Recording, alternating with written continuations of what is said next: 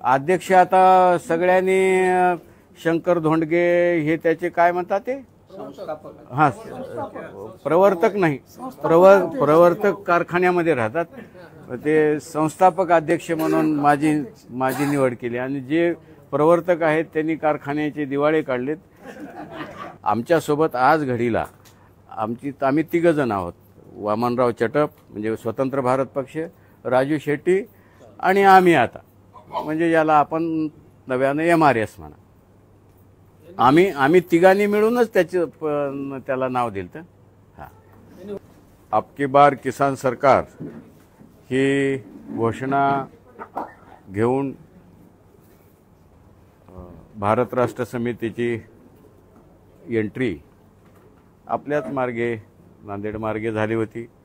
त्या अनुषंगानं 26 मार्चला एक मोठा मेळावा लोह्यालाही पार पडला. त्याच्यानंतर राज्यभरामध्ये अगदी KCR साहेबांनी जे काही त्यांच्या क्षेत्रात त्यांच्या प्रांतामध्ये जे काही शेतकऱ्याविषयी आणि बाकीच्या कष्टकऱ्याच्या विषयी जे काही काम त्यांच्या 1 दशकभरात केले ते नाकारण्याचं काही कारण नाही, कारण ते सगळ्यापेक्षा श्रेष्ठ होते आणि त्याला प्रभावित होऊन महाराष्ट्रातल्या अनेक चळवळीतले कार्यकर्ते असतील, राजकीय कार्यकर्ते असतील, ते प्रभावित होऊन त्यांना त्या पक्षासोबत BRS सोबत जुटले आणि मधल्या काळामध्ये म्हणजे अगदी इथल्या सगळ्या प्रस्थापित पक्षांनी दखल घेण्याइतकं प्रचार प्रसार त्या घेण्यामागे माझा किमान जास्तीचा पुढाकार होता. महाराष्ट्रामध्ये मधल्या काळामध्ये लोकसभेच्या निवडणुका झाल्या, त्या काळामध्ये आम्ही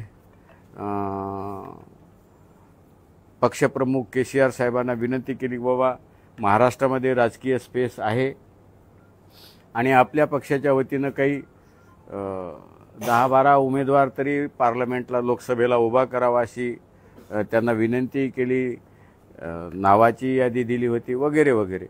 पण विधानसभेमध्ये पार्टीला अपयश आल्यानंतर त्यांनी काही महाराष्ट्रामध्ये तेलंगणामध्ये अपयश आल्यानंतर विधानसभेला त्यांनी लोकसभेला महाराष्ट्रामध्ये काही परवानगी वगैरे दिली नाही आणि मग मी स्वतः पुण्यामध्ये सगळ्या महाराष्ट्राच्या BRSच्या सहकाऱ्यांची बैठक, जवळपास 240 समन्वयकाची बैठक बोलावून व आता पार्टीचा आपल्याला काही आदेश नाही, त्यामुळे आपल्याला काही भूमिका घेता येत नाही म्हणून आम्ही लोकसभा निवडणुकीत तटस्थ राहण्याच्या भूमिकेबाबतीतला ठराव केला आणि तिथं ते जाहीर केलं.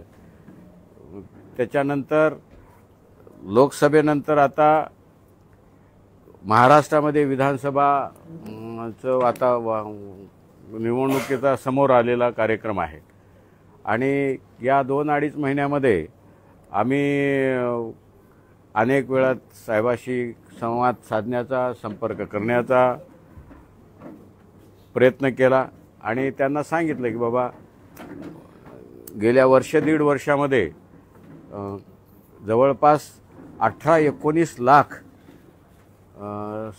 सदस्य नोंदणी किंवा पदाधिकारी नोंदणी एवढं मोठं काम इतक्या कमी कालखंडामध्ये, इतक्या कमी काळामध्ये कुणालाही करता आलं नाही. महाराष्ट्रात ते झालेलं आहे आणि महाराष्ट्रात विधानसभा लढण्याच्या दृष्टीने आपण भूमिका घ्यावी अशा विनंती केली. आमच्या 2-3 मधल्या भेटी झाल्या, भेटीअंती चर्चाही झाल्या, फोनवरूनही झालं. पण सर्वसाधारण आमच्या वरिष्ठ नेत्याची किंवा पक्षाची महाराष्ट्राच्या विधानसभा निवडणुकीमध्ये महाराष्ट्राच्या भाग घेण्याची किंवा इकडे येण्याची काही इच्छा दिसत नाही किंवा जवळपास त्यांचा नकार आहे. आणि मग ते असल्यामुळे सगळे आम्ही महाराष्ट्रातले जे पदाधिकारी आहोत याच्यामध्ये अनेक नेते आपले जुने पक्ष, संघटना किंवा तिथली चांगली त्यांच्या क्षेत्रामध्ये कधी विधानसभा लढलेले, आताही 5-25-50 हजार मताची स्वतंत्र उभं राहिले तर शक्ती असणारे किंवा चांगले कार्यकर्ते आणि विधानसभेला येणाऱ्या इच्छुक असणाऱ्यांचे जवळपास माझ्या माहितीप्रमाणे एक 60-65 जे आहेत की सर्वसाधारण त्यांची स्वतःची ताकद अपक्षही उभं राहिले तरी आणि या पार्टीकडून निवडणूक लढवावी असा त्यांचा आग्रह आहे.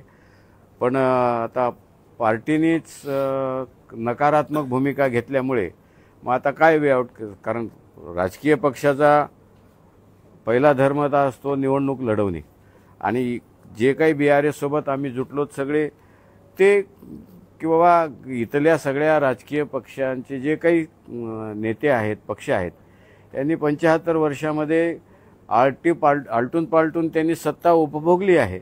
पण जे महाराष्ट्रातले शेतकऱ्याचे प्रश्न असतील, कष्टकऱ्याचे प्रश्न असतील, तरुणाचे असतील, शेतीचे असतील, सिंचनाचे अनेक प्रश्न असे आहेत, सामाजिक प्रश्न असतील, हे सोडवण्यामध्ये यशस्वी झाले नाहीत किंवा त्यांची नकारात्मक भूमिका राहिलेली आहे. आणि म्हणून BRSच्या माध्यमातून या सगळ्या गोष्टी यशस्वी करण्यासाठी म्हणून आपण ते सगळ्या गोष्टी जॉईनिंग वगैरे केलेलं होतं. पण आता पार्टीच येणार नाही म्हणल्यानंतर मग हे सगळी माणसं आता आपण काहीतरी भूमिका घेतली पाहिजे. कारण महाराष्ट्रामध्ये आताही ज्या दोन्ही आघाड्या आहेत, दोन्ही आघाड्या त्या वेगळ्या विषयावर निवडणूक नेतात. शेतकऱ्याच्या, कष्टकऱ्याच्या किंवा महाराष्ट्रातल्या मूळ जे काही कळीचे विषय आहेत, जे काही जिव्हाळ्याचे विषय आहेत त्या विषयाच्या भोवती काही निवडणूक होताना दिसत नाही. सामाजिक जातीच्या, धर्माच्या किंवा अन्य प्रश्नाकडे निवडणूक जाताना दिसते आहे. किमान काहीतरी भूमिका घ्या असा सगळ्यांचा गेली 2 महिने आग्रह होता. मध्ये अनेक जणांशी माझा संवाद झाला आणि मधल्या एका बैठकीमध्ये की ही महाराष्ट्राची होणारी विधानसभा ही ग्रामीण आणि महाराष्ट्राच्या विकासाच्या आणि विशेषतः शेतकरी समाजाच्या प्रश्नाकडे केंद्रित व्हावी किंवा आकर्षित व्हावी किंवा वळवावी या हेतूने आम्ही, आता तुम्हाला तर माहीत आहे मी 80 पासून शेतकरी चळवळी त्याच्या अवतीभोवती, त्या प्रश्नाच्या अवतीभोवतीच माझं काम राहिलेलं आहे. मी महाराष्ट्रात संघटनेचा अध्यक्ष असताना शरद जोशींच्या काळामध्ये त्या काळातली जी फळी आहे, आता राजूभाऊ शेट्टी असतील, वामनराव चटप, या सगळ्यांना मग मधल्या काळात मी संपर्क केला की बाबा वेगवेगळ्या विचारधारेतले 30-30 पक्ष एकत्र येऊन जर इंडिया आघाडी करीत असतील तर आपण एका मुशीत घडलेले आहोत, आपण का म्हणून आघाडी करू नये. काय आपले छोटे मोठे तुम्ही तुमच्या विभागात निवडणुका लढता 25 वर्षापासून, मी माझ्या भागात, राजू तिकडं, म्हणजे ज्याचे त्याचे क्षेत्रही वेगळे आहेत. पण यावेळेची परिस्थिती अशी आहे महाराष्ट्रातली की या दोन्ही आघाड्यांना मत द्यावं. तर सर्वसाधारण मग आम्ही पुण्यामध्ये एक छोटीशी बैठक घेऊन आमचं त्याच्यावरचं चर्चा झाली आणि एकमतही झालं आणि त्याला सर्वसाधारण परिवर्तन आघाडी हे नाव देऊन व येणाऱ्या निवडणुकीत महाराष्ट्रामध्ये शेतकऱ्याच्या चळवळीत काम करणारे नेते, सामाजिक चळवळीत वेगवेगळ्या महाराष्ट्राच्या क्षेत्रात काम करणारे छोटे मोठे पक्ष आहेत, या सगळ्यांना समविचारी पक्षांना एकत्रित करून एक आघाडी मजबूतरित्या घेऊन लोकांसमोर जावी, महाराष्ट्रातल्या जनतेसमोर जावी या हेतूनं ती आघाडी केली. आता राहिला प्रश्न BRSच्या अनेक आमच्या सहकार्याचं म्हणणं होतं की बाबा उद्या चालून जर तुमच्यासारखा कोणी पत्रकार मित्र आमच्या प्रेमात पडलेला बाबा महाराष्ट्रात तुमची BRS चुनाव लढते काय म्हणलं तर आणि त्यांनी नाही म्हणलं तर मग काही हे नको व्हायला. तसं काही ते अंडरस्टँडिंगनीच आहे, त्यांनी काही त्या गोष्टीला नकार नाही. पण म्हणून कशाला आज सगळे महाराष्ट्रातले पूर्ण 3 विभागात 4 विभागातले सगळे नेते एका जागी बसून भारत राष्ट्र समितीच्या ऐवजी आता नवीन पक्षाचा जन्म घातला आम्ही, महाराष्ट्र राज्य समिती म्हणून, MRS म्हणून. BRSच्या ऐवजी आता MRS हे नामकरण केलं.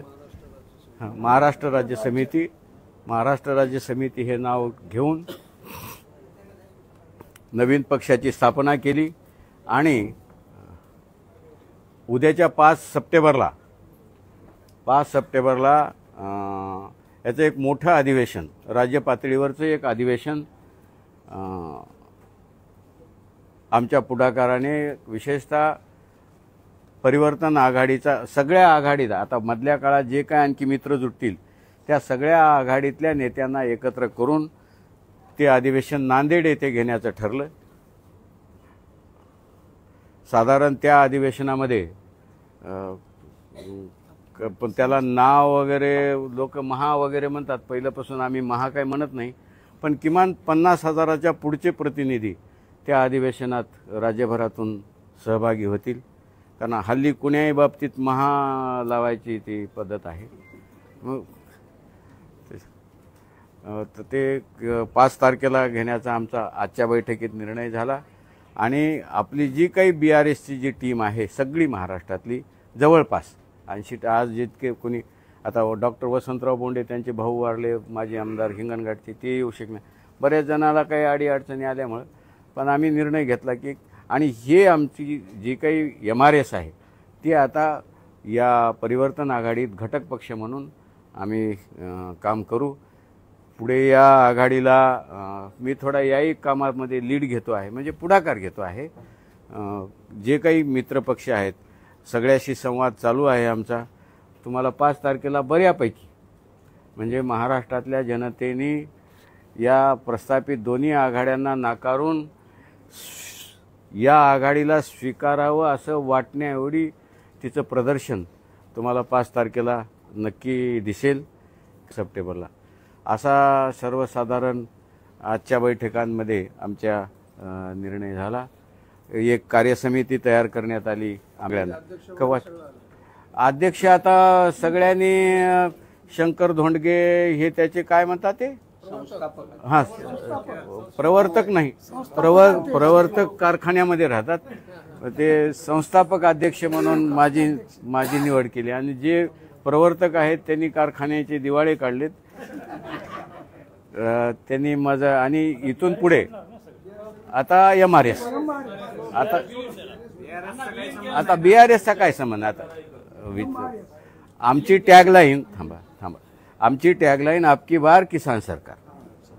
आणि ऐका माझं निवेदन तर संपू दे. काय मी लई दिवसानं गवसलो का तुमच्या तडाक. आमची टॅगलाईन तीच आहे. आणि ज्या हेतूसाठी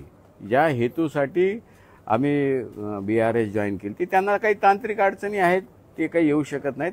पण आम्ही या BRSच्या माध्यमातून जे महाराष्ट्रातले नेते कार्यकर्ते जुटलेत ते राजकीय पिंडाचे आहेत.